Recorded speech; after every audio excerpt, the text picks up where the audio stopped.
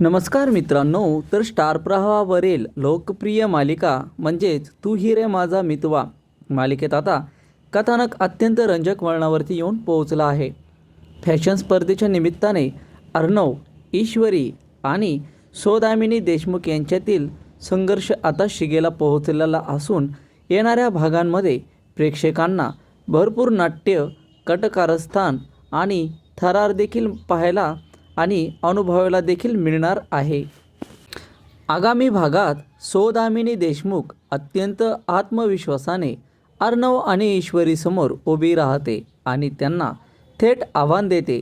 ती स्पष्ट शब्दांमध्ये सांगते की कितीही प्रयत्न केले तरी तेही प्रतिष्ठेची फॅशन स्पर्धा जिंकू शकणारच नाहीत. इतकंच नाही तर या स्पर्धेनंतर सात्विक फॅशनचं अस्तित्वच संपेल आणि ते कायमचं बंद देखील पडेल असा दावाही ती करत असते. तिच्या चेहऱ्यावरचा आत्मविश्वास पाहून ती काहीतरी नक्कीच मोठा डाव आखत असल्याची शंका देखील यावेळी निर्माण होते. सौदामिनीचा हा इशारा ऐकल्यानंतर अर्णव मात्र शांत बसत नाही. तो तिच्या डोळ्यांमध्ये डोळे घालून ठामपणे सांगतो की तिचं हे स्वप्न या जन्मात कधीच पूर्ण होऊ शकणार नाही. सात्विक फॅशन बंद पडलं तर दूरच राहिलं, उलट ते आणखीन मोठं नाव कमावेल असा विश्वास तो व्यक्त करतो. अर्णवचा हा आत्मविश्वास पाहून सौदामिनी काही क्षण निरुत्तर झाल्याची पाहायला मिळते.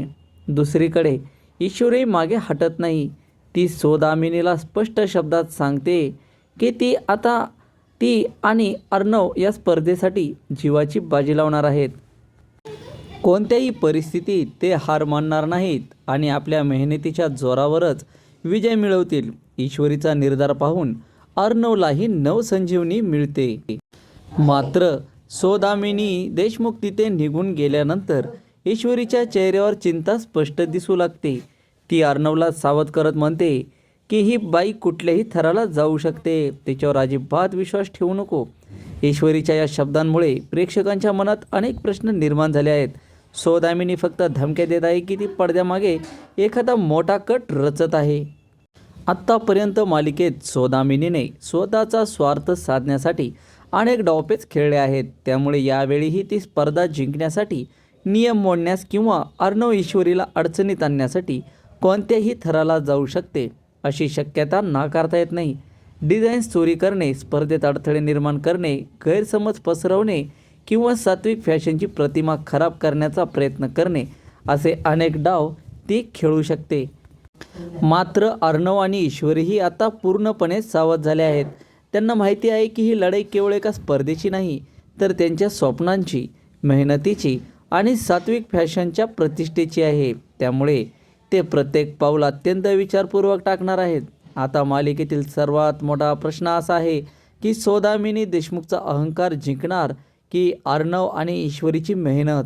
फॅशन स्पर्धेत नेमका कोणता नवा ट्विस्ट येणार? सौदामिनीचा गुप्त कट यशस्वी होणार की तिचाच डाव तिच्यावर उलटणार? अर्णव आणि ईश्वरी सात्विक फॅशनचं अस्तित्व वाचू शकतील का? या सर्व प्रश्नांची उत्तरं मालिकेच्या आगामी भागांमध्ये मिळणार आहेत. त्यामुळे येणारे भाग प्रेक्षकांसाठी अत्यंत उत्कंठावर्धक आणि थरारक ठरणार आहेत. आता पाहणं महत्त्वाचं ठरेल की सत्य आणि मेहनतीचा विजय होतो की सौदामिनी देशमुखचं कपट यशस्वी ठरतं. मित्रांनो, असेच मालिका विश्वातील नवनवीन अपडेट्स मिळवण्यासाठी आपल्या यूट्यूब चॅनलला लगेच सबस्क्राईब करा. भेटू नवीन व्हिडिओमध्ये. तोपर्यंत धन्यवाद.